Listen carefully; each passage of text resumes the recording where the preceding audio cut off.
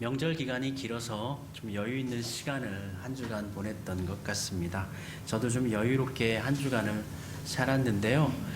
요즘 그 드라마 중에서 중증 외상 센터라는 드라마가 아주 인기라고 헤드라인에 계속 올라와서 궁금해가지고 저도 유튜브로 이렇게 좀 봤습니다. 참 재밌더라고요. 내용을 보니까 이 작가가 원래 의사 선생님이시래요. 그래서 전문적인 지식을 가지고 이게 웹툰을 이제 그림 그리시는 분한테 의탁해서 소설을 썼는데 아주 현실감 있게 잘 드라마를 만들었다고 그렇게 평가해 주고 있더라고요. 그 드라마 내용 가운데 이제 그 외상센터의 센터장으로 부임한 아주 능력이 출중한 이 센터장 의사 선생님이 자신을 보좌할 수 있는, 서브할 수 있는 펠로우 의사, 그러니까 전공의이긴 한데 그 외과 중에서도 어디를 전공할 건가를 정하지 않은 그러한 유능한 그 의사가 나오더라고요. 펠로우 의사가 나오더라고요. 그 친구를 점찍게 되어지는데 그 친구가 뭐 학교 성적도 우수하고 최고 뭐 좋은 대학을 나왔고 뭐 그렇게 소개를 해주고 있어요. 근데 그 친구가 그 센터장에게 묻습니다. 왜 저를 선택하셨습니까? 라고 물으니까 그 센터장이 대답하기를 내가 너를 볼 때 항상 너는 뛰고 있더라. 항상 달리고 있더라. 그러니까 환자가 발생했을 때 뭐 의사 선생님들이 뭐 편하게 걸을 수도 있고 때에 따라서 편하게 다닐 수도 있는데 항상 이 친구는 계속 달리는 거예요. 그래서 드라마를 보다 보면 저도 뭐 스킵하면서 봤기 때문에 다 보진 못했지만 그 친구가 계속 달려요. 계속 달려요. 사람을 살리고자 하는 그 열심의 마음을 보고 내가 너를 선택했다. 뭐 그런 의미가 될 수 있겠지요. 이후에 드라마 가운데 그 펠로우 그 서브 의사가 그 내레이션 하는 부분이 나와요. 이렇게 말을 합니다. 24시간 365일 한순간이라도 우리가 멈추면 누군가의 심장도 덜컥 따라 멈출 것 같았다. 그래서 우리는 계속 뛰어야 했다. 환자의 심장이 계속 뛰게 하기 위해서 우리는 계속 뛰어야 한다. 며칠 전 저도 아시는 분을 모시고 병원에 간 적이 있었습니다. 초음파와 더불어서 혈액 검사를 해야 했기 때문에 아침 일찍 가서 검사를 마치고 그 검사 결과를 가지고 진단을 받아야 되니까 결과가 나오려면 한 3시간 정도는 이제 병원에 머물러야 되는데 또 병원에서 3시간 머무르고 이제 선생님을 만나게 되어지는데 어떻게 됐는지 그 저희들이 신청했던 기록이 삭제가 됐더라고요. 다시 신청을 하고 그러면 이제 신청하고 난 다음에 그럼 저희들이 그쪽으로 다시 이렇게 연결해 놓을 테니까 가서 기다리시면 됩니다. 라고 해서 기다렸더니 한참을 기다려도 이름을 안 불러요. 그래서 저희들 왜 이렇게 안 부르죠? 그러니까 대기 명단이 없대. 그랬더니 저쪽에 보내준다고 해놓고 또 깜빡 잊은 거예요. 일이 안 될 때는 또 그렇게 계속 연거파 안 되잖아요. 그래서 그분이 연세가 많으신 분인데 의사 선생님 만나가지고 막 짜증을 내셨어요. 아이고 막 왜 이렇게 힘든데 병원까지 오라고 하고, 응? 그리고 또 이렇게 많이 기다리게 하냐고. 그러니까 저는 뭐 그렇게 해서 그냥 넘어갈 거라고 생각했는데 의외로 그 담당 의사 선생님이 40대 한 초중반 되시는 젊으신 분이었어요. 그런데 이렇게 얘기하더라고요. 아유 제가 부족해가지고요. 죄송합니다 어머니. 그리고 또 어머니가 또 약을 또 많이 받으셔야 되거든요. 그러니까 이렇게 약을 많이 지워드리게 해서 정말 죄송합니다. 그 의사 선생님이 그렇게 얘기하시더라고요. 그래서 그걸 옆에서 보면서 저분이 참 젊지만 어른스럽다. 그런 마음을 가지고 있구나 라는 생각을 했는데요. 이처럼 우리에게는 잘 모르는 곳에서 우리를 위해서 애써주시는 분들, 섬겨주시는 분들, 이렇게 돌봐주시는 분들이 있기 때문에, 수고하시는 분들이 있기 때문에 우리가 살아갈 수 있는 게 아닌가 싶어요. 코로나19를 넘어서면서 지금에 이르기까지 지난 겨울부터 올해까지 참 독감도 심했잖아요.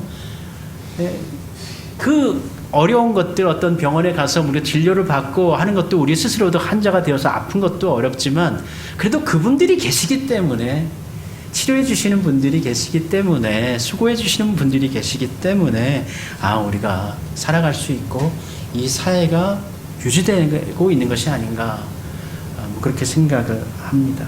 마찬가지로 교회도 마찬가지입니다. 누군가가 섬겨주는 분이 있기 때문에, 누군가가 성실하게 무엇인가를 지탱해 주는 부분이 있기 때문에, 그러한 분들이 있기 때문에 교회가 유지가 될 수 있고 더욱더 하나님의 나라를 향하여서 꿈꾸면서 나아갈 수 있는 것이죠. 오늘 그러한 분 중에 한 분을 소개해 드리고 싶어요. 누군가요? 오늘 골로새서에서 자주 등장하는, 사실 많이 등장하진 않지만 에바브라에 대해서 좀 얘기 나누고 싶습니다. 에바브라는 성경에 딱 3번 등장합니다. 우리의 이름에도, 기에 남는 이름에도 사실 그렇게 기억되지 않는 이름이지요. 초대교회에 여러 교회들이 있고, 또 바울 선생님께서 여러 곳에서 사역하시면서 교회를 개척하시고 교회를 돌보셨고, 또 그 가운데는 바울과 함께 같이 다녔던 분들이 있죠. 실라라든지 디모데라든지 이런 분들, 누가라든지 이런 분들 바울과 함께 사역하며 개척하고 그 교회를 돌봤고요.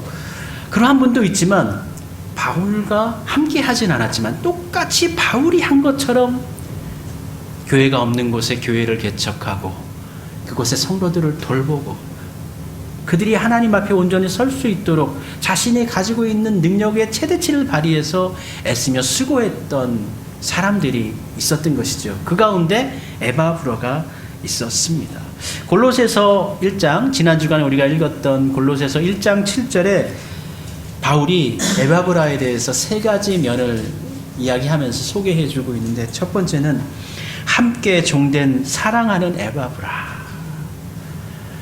바울이 사랑하는 에바브라, 매우 아끼고 존중하고 정말 마음을 쏟는, 바울에게 너무나 정말 사랑의 마음을 일으키게 하는 사람 에바브라라고 소개해주고 있습니다. 그리고 그 에바브라는요, 그리스도의 신실한 일꾼이라고요. 나와 너무나 아예 소중한 사랑하는 사람일 뿐만 아니라 그 에바브라는 그리스도의 신실한 일꾼인데 신실한 일꾼, 믿을 만한 일꾼. 그리고 3번째로 소개하는데, 성령 안에서 너희의 사랑을 우리에게 알린 자. 여기서 너희는 골로새 교인들이고요, 그 골로새 교인들의 사랑을 이 바울 일행에게 전하여 준 자.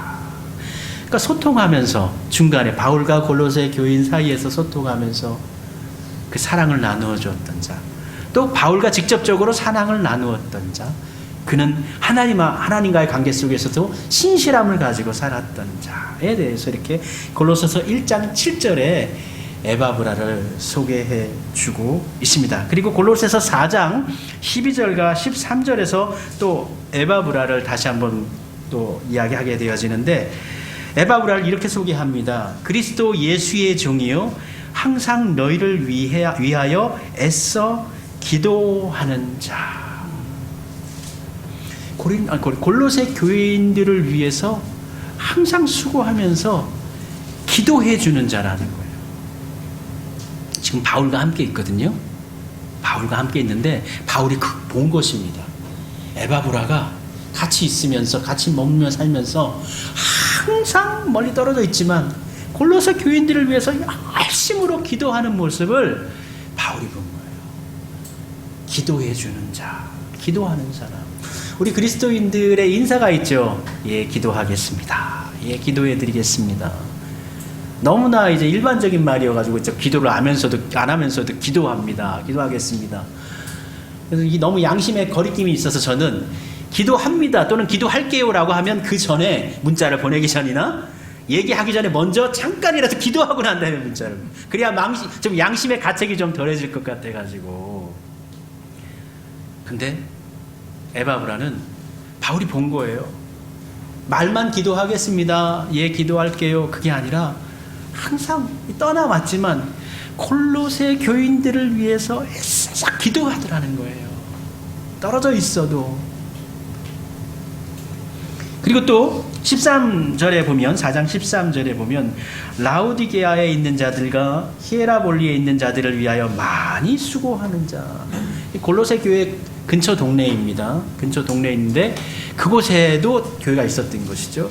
그 교회를 위해서, 그러니까 골로새 교회뿐만 아니라 라우디게아 교회는 어떤 교회죠? 계시록에 보면은 뜨뜻미지근한, 뜨겁지도 않고 차지도 않은 교회로 나오지만 그 교회를 위해서, 히에라볼리에 있는 교회를 위해서도 많이 수고, 자기가 속해 있는 그 교회만 아니라 그 주변에 있는 교회를 위해서도 애써 수고하고 섬기는 자. 그리고 마지막 이 에바브라에 대한 언급이 빌레몬서에 언급이 됩니다. 이 빌레몬의 종인 오네시모가 이제 빌레몬이 있었던 교회가 바로 이 골로새 교회잖아요.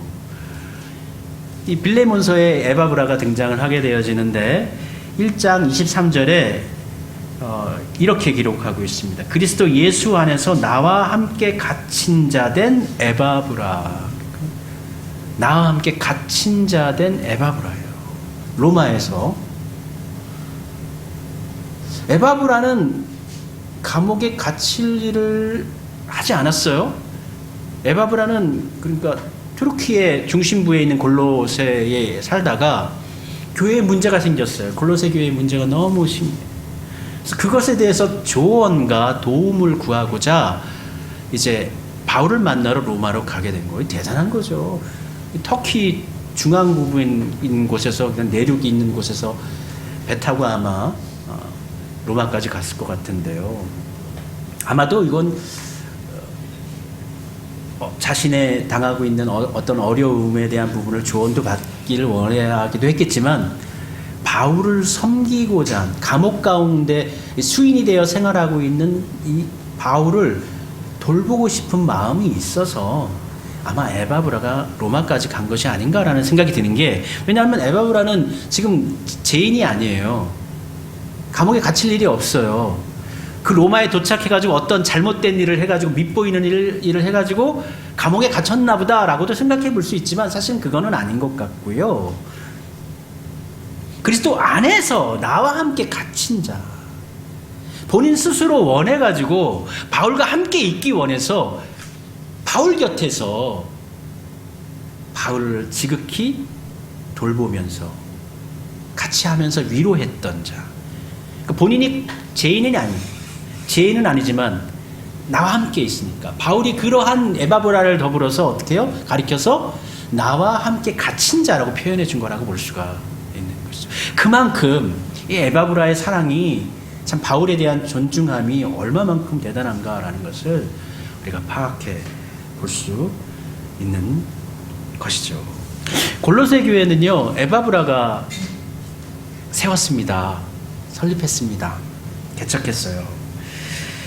이 골로새 지역 교회 가운데 함께한 동역자들이 있었는데 아키포가 있었고, 그리고 또 빌레몬이 있었습니다. 빌레몬의 집에서 이 골로새 교회가 만들어졌고 그곳에서 모임을 가졌어요. 그리고 아키포는 아마 골로새 교회의 목회자일 것으로 여겨지고요. 그러면 이 에바브라는 목회자는 아니었던 것 같아요. 그러니까 요즘으로 말한다면 이제 장로님들이 뭐 예전에 교회 개척 많이 하셨잖아요. 그 열심을 가지고 교회를 세우고 또 성도들을 돌봐요. 근데 이 에바브라가 그렇게 부유한 사람은 아니었던 것 같아요. 왜냐하면 자신이 가지고 있는 능력이 좀 됐으면 본인의 집에서 개척을 했을 텐데, 본인의 집이 좁아요. 작기 때문에 사람들을 모을 수가 없는 거예요. 그래서 빌레몬의 집에서 모였거든요. 그건 재력이 그렇게 뭐 집 하나 가지고 재산의 정도 유무를 파악하기는 힘들지만, 그래도 예전이나 지금이나 돈 많은 사람들은 큰 집에 살았거든요. 빌레몬보다는 그렇게 부유하지 못했던 사람인 것이죠. 그럼에도 불구하고 교회를 개척해서 이들과 함께 아키포를 목회자로 정하라고, 그리고 또 빌레몬과 함께 사역하면서 교회를 아름답게 만들어 갔던 것이죠. 그래서 골로새서 1장 6절과 7절에 보면 이 복음이 이미 너희에게 이름에 너희가 듣고 이와 같이 우리와 함께 종된 사랑하는 에바브라에게 너희가 배웠나니. 이렇게 해서 에바브라가 아키포와 함께 공동 목회를 하면서 목회도 하고 교회를 돌보면서 이렇게 골로새 교회를 이끌어냈던 것 같습니다. 아마도 이 골로새에 원래 살던 이 에바브라가 한 서쪽으로, 그러니까 에게해 쪽, 지중해 에게해 쪽으로 160km를 이렇게 쭉 그대로 직선거리로 쭉 가면은 거기가 에베소 해안지대가 나오거든요. 그 에베소에 바울이 2년 동안 머물렀는데 그곳에서 두란노선을 만들고 많은 제자들을 키우지 않았습니까? 아마 그때 이 골로새에 살던 이 에바브라가 이 에베소에서 바울을 만나고 그곳에서 회심하고 거기서 머물면서 교육을 받고 이후에 돌아가 가지고 개척한 교회가 바로 이제 골로새 교회였다라고 밝혀 볼 수가 있는 것이죠. 근데 이 에바브라가 골로새 교회만 개척한 것이 아니라 예전에는 보면 한번 교회 개척하신 분들은 또 주변에 그냥 능력만 되면은 다른 교회 또 개척도 하고 그런 게 있었잖아요. 이 에바브라가 그런 경우인 것 같습니다. 골로새서 4장 13절에 보면 앞서 읽어드렸지만 그가 너희와 라오디게아에 있는 자들과 히에라볼리에 있는 자들을 위하여 많이 수고하는 것을 내가 증언하노라. 그래서 골로새뿐만 아니라 주변의 다른 곳에서도 교회를 개척했고 그곳의 교회들도 섬기고 수고하였다라는 것을 파악해 볼 수 있습니다. 그가 너희를 위해서 항상 기도하고 있다. 골로새 교회를 항상 기도하고 있다. 4장 12절에서 골로새 교인들에게 이야기하고 이것을 기록한 것을 두기고를 통해서 이제 이걸 에바브라한테 보내면은 이제 본인 아마 에바브라에게 보내려고 했던 것 같은데 에바브라가 남은 것 같아요. 스스로 바울 곁에 남아서 내가 바울 선생님을 좀 돌보도록 하겠습니다 했던 것 같아요. 성경에 기록되어져 있지 않지만 그래서 두기고 편에 이 골로새서를 기록해 가지고 이 골로새 교인들을 향한 그 마음을 담아 가지고 이제 골로새 교회 아키포에게 전해주고 그것이 이제 골로새 교회에 낭독되어 좋겠죠. 이 에바브라가요 골로새에 있다가 로마로 올 수밖에 없었던 이유가 있었습니다. 로마로 올 수밖에 바울이 이제 여러 곳에 다니면서 교회를 개척하고 바울은 뭐 이제 대단한 신학자이고 체계가 정확하게 잘 갖춰져 있는 분이지만 에바브라도 이제 바울이 개척했던 것처럼 이제 교회를 개척했는데 바울만 하지 못하잖아요. 바울만큼 능력이 뛰어나지 않잖아요. 율법에 관하여서도 그렇고 어떤 일반 학문에 대해서도 바울만 하지가 못하잖아요. 그러니까 바울은 여러 가지 교회 문제들이 일어나면 고린도 교회든 뭐 빌립보 교회든 뭐 그 문제들에 대해서 해답을 제시해 주지 않습니까? 그런데 에바브라는 본인의 능력에 한계가 있었던 거예요. 교회는 문제가 생겨났는데 골로새 교회가 지금 난리가 났는데 어떻게 해볼 수 있는 능력이 안 되니까 이것을 해결하기 위해서 바울 선생님 만나러 가야 되겠다라고 이 로마까지 그 먼 거리를 항해해 가지고 로마에 이른 것이죠. 이제 골로새 교회 당시에 이 초대교회 바울 당시의 교회의 대부분 초대교회 문제점들은 거반 비슷합니다. 예전 제가 뭐 에베소 교회에서의 일어났던 문제점, 빌립보 교회에서 일어났던 문제점은 사실 거의 비슷해요. 이 골로새 지역은 거의 대부분 이제 뭐 각 지교회 초대교회가 만들어진 지역은 교통로죠. 그러니까 도시가 발달되어져 있는 교역이 많이 되어지고 있는 상업지구입니다. 그래서 사람들이 일단 많이 사는 도시 지역이고요. 사람들이 많이 사는데 여러 나라 사람들이 왔다 갔다 하기 때문에 다양한 인종과 민족들, 다양한 정서들, 사상, 철학들이 교류되어지는 그런 곳이라는 거예요. 특별히 이 당시에 소아시아죠. 지금의 터키라는 말을 못 쓰게 하니까 요즘에는 트루키에라고 국기를 이름을 바꿨으니까요. 이 소아시아 지역은 그러니까 이제 헬라의 문화권, 바로 바다 건너면 이제 그리스잖아요. 이 헬라의 문화권, 그러니까 알렉산더의 이후부터 주전 3세기로부터 헬라 철학에 대해 계속 들어왔고 자신들이 가지고 있던 전통적인 그 동양적인 정신 사상, 종교 사상 이러한 것들이 묘하게 이제 섞여 있거든요. 그래서 헬라의 어떤 철학이 들어오면서 어떤 정신 세계 가운데 이제 천사를 헬라의 신들 얘기 나오고 천사들 나오면 천사를 숭배하는 것들이 이들에게 있었고 또 주전 3세기에 보면은 요세푸스의 기록에 보면 안티오쿠스 3세가 메소포타미아와 바벨론에 있던 2,000명의 유대인들을 골로새 지방으로 강제 이주시킨 기록이 나옵니다.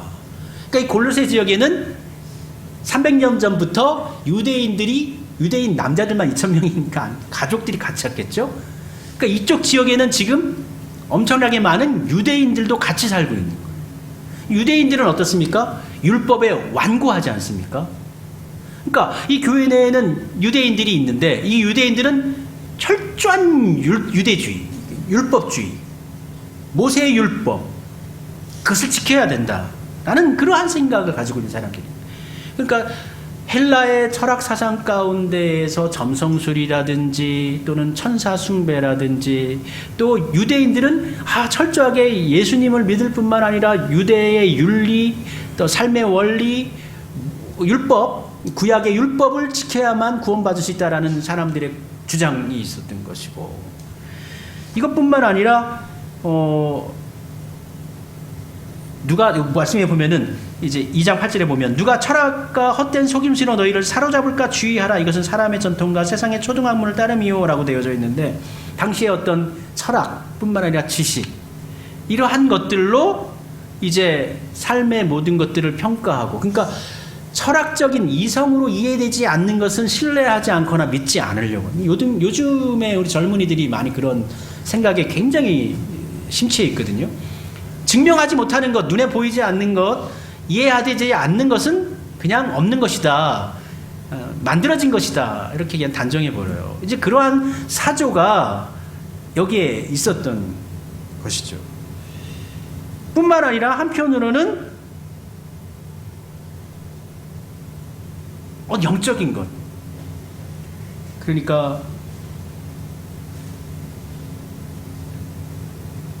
우리 요즘 교인들 가운데서도 이제 신앙이라는 게 조화를 이루어야 되는데 말씀과 삶과 어떤 영성이나 이러한 것들이 기도 이런 것들이 조화를 이루어야 되는데 그러한 것이 아니라 어떤 영적인 어떤 그 충만함 속에서 그 안에서 오는 기쁨, 즐거움 이런 것이 전부이고 이 세상의 삶은 상관이 없다. 일종의 그 에피큐리안 철학주의자들이 얘기하는 것처럼 또 스토아학파에서 얘기하는 것처럼 정신적인 철학 쾌락이 중요한 것이고 이 육체의 삶은 그냥 아무렇게나 살아도 상관이 없다라는 이러한 여러 사람들의 생각들이 혼합돼 가지고 이 골로새 지방에 또 골로새 교회 교인들 가운데에도 섞여 가지고 다툼이 일어나고 분란이 일어나고 어려움을 당했다라는 것이 이것을 에바브라는 해결할 수가 없으니까 바울에게 도움을 구하려고 로마에 왔고 바울은 이제 골로새서를 통해서 예수님이 어떤 분이신가라는 것을 얘기하시면서 예수님은 유일하신 하나님이시고 먼저 계신 선제 계신 창조주 하나님이시고 우리는 그분을 통해서 구원을 받는 거고 할례 받고 뭐 유대 율법 지키고 뭐 이런 거 얘기하는데 우리는 이미 손할례 받은 거 아니 육체의 할례를 벗어나서 예수님의 세례에 동참함으로 예수님이 살아나실 때 부활하시면 우리 다시 살아난 것이고 그래서 이러한 말씀 오늘 본문 우리가 함께 읽었던 말씀은 변증되어진 말씀이에요. 세상의 철학들에 대해서 얘기할 때도 세상의 그 철학들이 너를 속일까 두려워하라 하면서 그리스도의 그 지혜와 지식의 보화가 그리스도 안에 있다. 그러니까 세상의 철학이 따라오지 못하는 그러한 예수님에 대해서 이야기합니다. 사실 근데 당시에 대부분의 사람들이 이 골로새 교회뿐만 아니라 당시의 초대교회 교인들이 다 이러한 생각들에 매몰되어 있었어요. 그래서 교회가 더 나아가지 못했던 거죠. 지난주에도 우리 빌립보 교회도 그렇고 에베소 교회에서도 마찬가지잖아요. 율법을 꼭 지켜야지만 무조건 구원받는다. 여기서 율법은 제가 늘 다시 한번 강조하지만 삶의 윤리가 아니라고 말씀드려요. 삶의 윤리는 우리 믿음 가운데 이미 들어가 있는 거고 여기서 말하는 율법은 그약 말대로 구약 시대에 모세가 기록한 율법이에요. 구약의 율법을 지켜야지만 구원받는다. 근데 바울은 아니다. 그것은 그림자고 모형이다. 골로새서 얘기해요. 그건 그림자일 뿐이야. 진짜가 예수님. 우리 예수님과 함께 우리는 예수님 믿음으로 구원받았고 예수님께서 다시 살아나심으로 우리는 다시 살아났다. 예수님께서 우리의 죽음에 대한 그 모든 것들을 의문에 쓴 증서를 십자가에 못 박혀가지고 그 모든 것들은 다 이미 죽어버렸다. 의미가 없다. 구약의 그런 것들은 따르지 않아도 된다. 예수님 믿음으로 된다. 또 한편으로는 예수님 믿었으니까 나는 믿음을 너무 강조해가지고 삶은 그냥 내 편한 대로 살아도 됩니다. 그렇게 생각하고 있는 사람들에게 그거 아니다. 반복되어지는 거. 초대교회 문제의 거의 대부분이 이런 어떤 소아시아 지역의 어떤 신비주의적 신앙, 그리고 또 헬라 철학에 영향받은 어떤 천사나 어떤 영적인 것을 섬기는 우상 숭배, 또 영지주의에 따라서 들어온 것들이 교묘하게 겹쳐져 가지고 이것도 아니고 저것도 아니고 혼합되어져 있는 미묘한 기독교가 아닌 본질, 기독교의 본질을 망각해버리고 다른 것들로 자신의 구원을 더딥혀 이루어 나가려고 하는 그러한 방식으로 이제 교회가 오염되고 있었던 것입니다. 이러한 부분들은 사실 우리가 주의해야 됩니다. 현대교회는 더욱더 다양성에 노출되어져 있기 때문에 많은 것들이 교회에 유입되어지고 많은 생각과 많은 어떤 철학과 사조들이 우리 성도들 생각 속에서 넘쳐나거든요. 그러한 것들로 이해하는 예수 그리스도가 아니라 본질적인 예수 그리스도의 우리를 위한 하나님 되신가, 또 그 하나님이 이 땅에 내려오심, 그 하나님이 우리를 위해 죽으심, 그리고 그가 살아나셨기에 우리가 다시 살아나신다는 그 기독론의 구원 방식을 다시 한번 이제 바울은 골로새 교회에 전하게 되는 것이죠. 그들이 여러 가지 인간적인 가르침과 계명들과 종교적인 행위들을 통해서 하나님께서 보내주신 예수님의 그 권위를 깎아내리고 그리스도 밖에 더 좋은 것이 있다고, 또는 그리스도 외에 더하여서 나아가야 한다고 이야기하면서 성도들을 미혹했던 것이죠. 그들은 단순히 그리스도를 믿는 것보다 더 깊은 지혜가 있어야 한다라고 강조했고, 그리스도 외에 다른 것을 통해서 더 충만한 은혜에 도달할 수 있다라고 주장을 했어요. 그래서 그 당시에 이제 소아시아 지역에 있는 어떤 지역에 있는 그 어떤 그 제사 드릴 때 하는 어떤 영적인 흐름들이 있거든요. 정신을 미혹하게 하면서 스스로 자해까지 하게 하는 그러한 것들을 더딥혀서 나아가야 우리가 더 깊게 나아간다, 더 구원을 받을 수 있다, 이렇게 얘기했던 것이죠. 교회에서 예수님을 믿는 것은, 예수님을 믿고 구원받는다는 것은, 예수님을 따라 산다는 것은 그것은 매우 수준이 좀 떨어지는 것으로 그렇게 그분들이 치부하면서 다른 은혜를 찾았다라는 것입니다. 이에 대해 바울은 이러한 주장은 인간의 가르침과 계명, 장로들의 유전, 전통, 그건 사람들이 만드는 것이고 그 하나님께서 만드신 것이 아니다. 사람들이 만든 걸로는 하나님 나라에 이를 수 없다라고 말하고 있죠. 그것은 그리스도를 따르는 것이 아니며 그리스도 안에 있는 모든 지혜와 지식에 충만한 것들이 예수 안에 거하는데, 예수님은 생각하지 아니하고 예수님의 말씀은 따르지 아니하고 엉뚱한 것에서, 엉뚱한 교리에서, 엉뚱한 가르침 속에서 진리를 찾으려고 하고 있다라고 이야기합니다. 그래서 골로새 교인들이 치해야 할 것은 만물보다 먼저 나신 예수님, 그리고 또 교회의 머리가 되시는 예수님을 다시 발견하라, 다시 찾으라, 그렇게 이야기해 주고 있습니다. 이 가운데 돋보이는 것이 에바브라의 신앙입니다. 이후에 에바브라가 다시 골로새 교회에 갔겠죠. 이제 바울이 이제 순교하고 난 다음에 이제 갔을 거예요. 근데 그 이후의 기록은 나와 있지 않습니다. 우리가 알 수가 없습니다. 그러나 에바브라는 아마 자신에게 맡겨진 사명을 끝까지 바울과 함께 했던 삶을 보면은 그가 끝까지 감당했을 것이라는 것을 우리는 유추해 볼 수가 있지요. 에바브라 같이 하나님의 일을 하는 사람에게 사랑받는 사람이요, 또 성도들 간의 사랑을 나누어주고 알려주는 사람이요, 또 하나님 앞에서 신실한 사람이요. 이게 단순히 이게 인사치레가 아니라 실제로 내가 이 감옥에 갇혀 있는 한 사람, 이 사람을 돌봐야 되겠다. 수인이면서 이제 병이 든 이 환자인 바울을 내가 곁에서 지켜줘야 되겠다. 이러한 사랑의 실천, 믿음의 고백이 보이는 이런 에바브라의 모습을 통해서 교회는 진보하게 되는 것이죠. 교회는 앞으로 나아가게 되는 것이죠.